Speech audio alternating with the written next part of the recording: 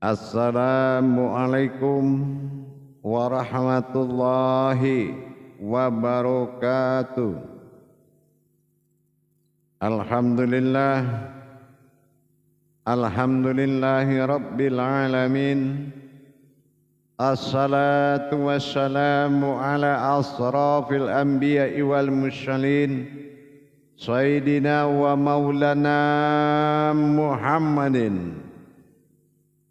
Asyhadu an la ilaha illallah kul malikul haqqul mubin wa asyhadu anna Muhammadan abduhu wa rasuluhu was-sadiqul wa'dal amin. Allahumma sholli wa sallim wa barik wa karim ahzanu nabil karim ihdinil ladzi min jamalika wa innal ladzi min jalalika wa innahu min kitabika wa tahirin wal mujahidina amma ba'du ibadallah.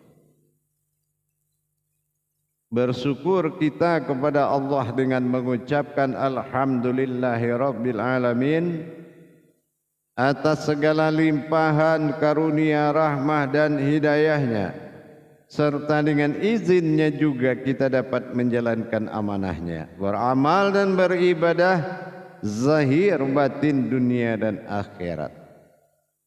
Bersalam kita tidak akan pernah kita lupakan. Marilah sama-sama kita sampaikan kepada junjungan kita Nabi Allah Nabiul Akhirul Zaman Rasulullah Muhammad sallallahu alaihi wasallam. Atasnya kalimahnya kita kalamkan dengan membacakan Allahumma sholli ala sayyidina Muhammad wa ala alihi sayyidina Muhammad. Alhamdulillah bertemu lagi dengan saya Guru Mursyid Syekh Nur Muhammad Buya Irwan Maulana Al-Khalidi Pasaman, Sumatera Barat.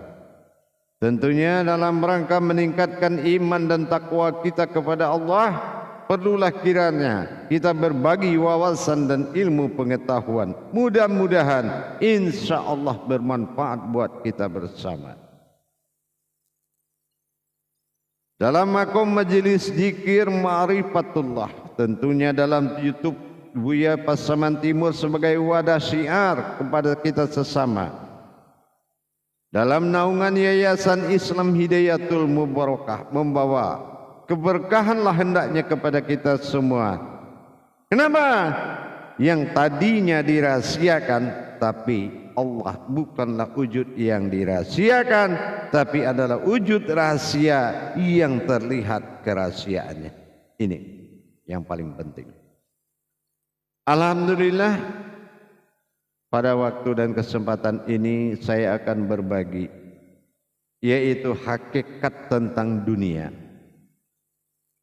Kenapa saya memilih materi ini untuk disampaikan kepada kita? Karena ini banyak salah pemahaman tentang apa yang dikatakan dunia.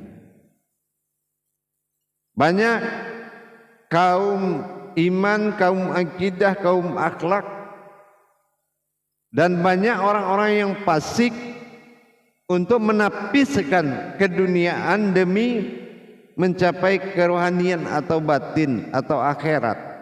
Ini salah. Ini adalah pemahaman yang salah. Yang dinapiskan itu adalah menduniakan. Nah, ini yang dinapiskan. Ya. Menduniakan sesuatu yang hak. Nah, itu dinapiskan, tidak disingkirkan. Tetapi kalau kita tahu bagaimana dasarnya yang dikatakan dunia, kalau dah kita tahu apa itu dunia, dunia itu bukan kehidupan manusia. Nah, ini perlu dipahami. Ya. Dunia ini dilihat dari kalamnya Rabbana atina fid dunya hasanah wa fil akhiratil hasanah wa qina azabannar. Di mana kita temui dunia dan akhirat? Surga dan neraka Itu kita temui di jalan rukun iman, malaikat, Alkitab, pegangan amaliyah itu ada di rukun iman. Tapi bagaimana kita mendapatkan dunia yang hasanah tadi? Sudah tahu kita rahasianya atau akhiratul hasanah? Sudah tahu belum rahasianya? Kenapa kalau ini berpadu? Waqina azabannar, bisa mereka terhindar dari azabnya neraka. Pernahkah kita berpikir seperti apa dunia yang dimaksud yang bisa menutup neraka itu? Waqina azabannar, bisa terlepas dari azabnya neraka. Yang dijalankan dengan kesalahan, tidak beriman atas kehidupan dunia, bukan dunianya. Dari mana kita dapat nama dunia? Apakah langit dengan bumi disebut dunia? Bukan. Beda. Mana yang dunia? Dunia bukan bahasa Indonesia. Apapun namanya memiliki rahasia. Tidak mungkin ada kodratnya terus namanya tidak ada.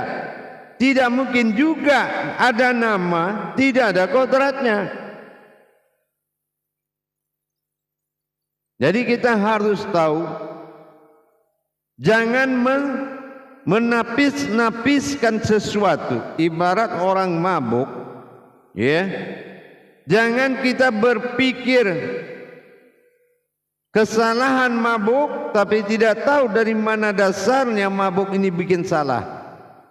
Karena kita sudah membunuh akal, yang mana mindak kata Allah sebuah batin yang gunanya untuk berpikir. Dan perbuatan daripada baik hamir dan semuanya itu meracuni azalinya Allah dalam diri. Tahu nggak kita? Kalau nggak tahu kita harus belajar. Begitu juga kita. Jangan menghinakan dunia untuk mendapatkan akhirat. Bukan napis isbat. Napis isbat ini di mata Allah, menapiskan sesuatu yang batil dan mengisbatkan sesuatu yang hak. Itu beda makomnya. Tapi dunia ini pernah enggak? Dunia ini nyata. Arti hakikatnya apa? Ini kenyataan. Tidak ada yang tersembunyi. Apapun yang kita kaji di dunia ini harus nyata terlihat. Butuh iman yang berilmu. Ya, tidak ada yang dikatakan yang gaib-gaib, semua nyata.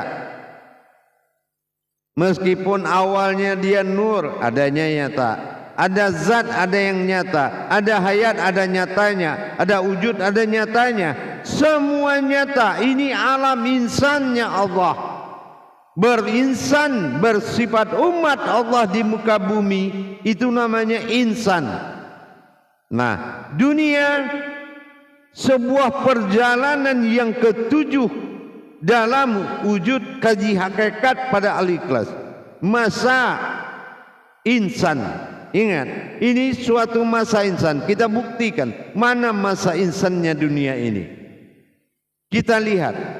Kalau mau tahu sebetulnya apa dunia itu, kita lihat dari huruf hijaiyahnya. Dal, perjalanan dunia ya.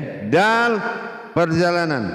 Yang kedua adalah alif kasroh u, yaitu rahasia. Alif kasroh u sir, u itu sir, rahasia. Ni aku. Alif kasroh a, nyata. Inilah perjalanan rahasia diriku pada alam nyata. Ini perjalanan kenyataan Tuhan di alam ini disebut dengan dunia. Tapi kalau kita tidak menjadi suatu perjalanan rahasia Allah pada bumi ini, pada dunia ini, maka tidak akan mampu kita bikin dunia ini hasanah. Kalau kita tidak mengikuti jalannya, dal, alif kasroh, u, alif domah u, ya. Kalau alif domah u disebut dengan u. Ni adalah nun hayat pada kasrah i, berarti aku namanya, ya, pada hayat nur kemanusiaan, nas ni. Nah, tambah alif kasrah a. Alif kasrah a adalah dohir, nyata. Nah, bagaimana perjalanan rahasia pada wujud diriku yang nyata? Inilah Allah fi zahiru, ingat, wallahu fil batinu. Zahiru. Jadi jangan main-main. Dunia ini keramat, kata para tua-tua kita dulu. Kenapa? Karena dia menerima perjalanan zahirnya Allah dunia, zahirnya Allah dalam sebutan masa insan. Terus kita tanya lagi, kenapa ada perbuatan-perbuatan salah oleh zahir? Bukankah kamu melihat salah itu karena tujuan mengingat yang benar? Kalau kita pakai kacamata salah, yang benar pun kita lihat pasti salah. Tapi kalau kita lihat pakai kacamata benar, salah itu adalah sifat mu'ad bagi Allah.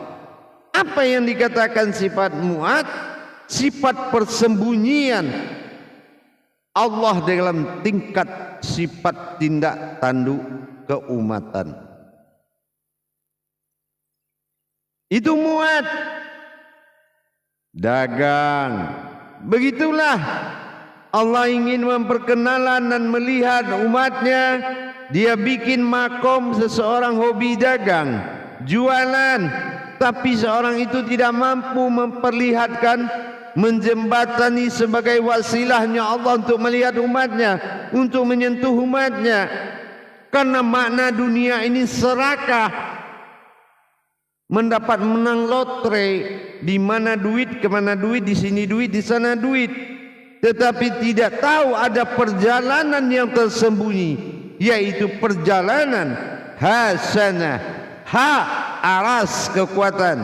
Sin, nas, alif kasro'a, terlihat. Ah adalah zat. Ini perjalanan sebuah zat Allah yang tidak bisa diatur oleh kehidupan-kehidupan. Ini yang dikatakan dia bertajali dengan sifatmu sendiri. Dia bersembunyi di dalam keadaanmu. Kalau kita tahu yang kerjaan yang kita kerjakan adalah sebuah mu'adnya Allah, maka kita tidak akan menyesali dan tidak akan mungkin rugi apa yang kita lakukan. Seandainya kita bekerja, pekerjaan itulah mu'adnya Allah, tempat Allah bersembunyi. Karena kadar ini kadarmu berasal dari Tuhan. Ke dunia bersembunyi. Apa persembunyian mu'ad? Ya, mu'ad adalah bertingkah keumatan. Jadi jangan salahkan nasib, jangan salahkan rezeki. Semua adalah mu'ad Allah. Pasti duniamu hasanah. Tapi kalau kamu katakan ini rezeki, ini rugi, ini untung, ini kamu sudah tidak masuk dunia. Ya, kamu sudah masuk ke alam nafsu. Kalau memang batil, tidak mungkin Allah jadikan dunia ini dari awal. Ya, apa yang kamu rasakan hasanah, kalau memang sudah hasanah, tidak mungkin dunia kamu takuti, tidak mungkin dunia membelenggumu. Karena kamu membuat dunia hasanah dengan kodrat tajalli dunia. Inilah masa insannya Allah. Cuma tidak bisa selama ini mengendalikan hasanahnya. Bagaimana membuat hasanahnya dunia? Tentu dengan perlakuan tajalli kodrat dalam sifat mu'atnya. Ini yang dikatakan dunia. Jadi jangan menyesali sebuah nasib, sebuah perjalanan, suratanlah. Jangan mengkait-kaitkan kepada kodrat. Kodrat bukan sebuah hubungan amaliyah. Kodrat adalah sebuah hubungan kodrat hasanahnya antara wujud Tuhan kepada wujudnya umat. Jadi nikmat dunia ini. Nah, kalau kita lihat, kamu tinggal di mana di alam dunia? Dunia itu nyata enggak? Nyata. Mana yang nyata itu? Apa yang nyata? Kenapa banyak kamu enggak tahu? Karena belum nyata di matamu. Bertuhan, mana nyatanya? Bernabi, mana nyatanya? Malaikat, mana kenyataannya? Rezeki, mana kenyataannya? Ini dunia. Tempat kita membuktikan dan menikmati hidup ketuhanan dalam masa umat. Maka merugilah orang yang fasik, yang mengatakan begana enggak boleh, begini enggak boleh, begana enggak boleh. Oh, jangan main musik, enggak bagus. Kalau tidak mau main musik, jangan makan nasi. Kenapa? Musik itu nafkah dari salah satu batin Allah. Tanapas, ampas, nupus, semua ini batinnya Allah. Jalur nafkah di diri kita. Enggak, kalau mau mendengar yang enak-enak, jangan makan yang enak-enak, jangan lihat yang enak-enak, jangan cium yang enak-enak, jangan rasakan yang enak-enak. Maka jangan dibawa kodrat Tuhan ke pemahaman fasik. Tapi ingat, ya, ilmu laksana intan di dasar laut tidak akan bisa dia mengangkat itu intan keluar. Iman ibarat ikan dalam laut, bukan intan, ikan.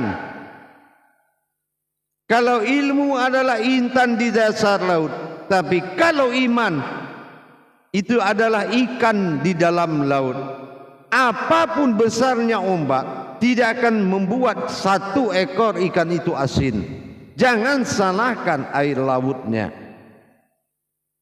Ingat, sebuah pengaruh besar tidak akan merubah jati dirimu.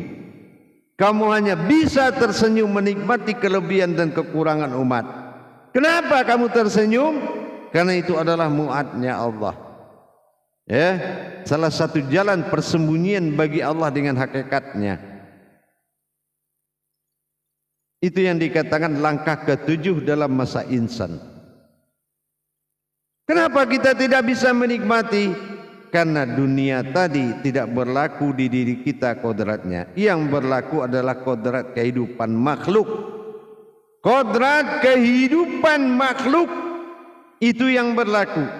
Tapi padahal kodrat kehidupan Allah pada dunia masa insan, dal, alif, doma'u, ni keakuan pada alif, kasroh a. Nyata sudahlah perjalanan aku pada manusia yang nyata. Inilah manusia yang nyata. Dunia harusnya menikmati, jangan memilih-milih, karena semuanya menunggu nikmat. Dagang kita, alhamdulillah, aku sembunyikan Allah dengan dagangku agar tidak tersentuh oleh kebatilan. Alhamdulillah, aku sembunyikan Allah dengan pekerjaan aku agar Allah martabat ketuhanannya tidak terganggu. Alhamdulillah, aku berjalan dengan kodrat di hujan hari. Biarlah aku yang ditetes oleh air hujan daripada Allah yang disentuh setetes air akan menghinakan dia. Semua bisa hasanah kalau kita dalam perjalanan dia. Inilah yang dikatakan perjalanan rahasia diriku yang nyata.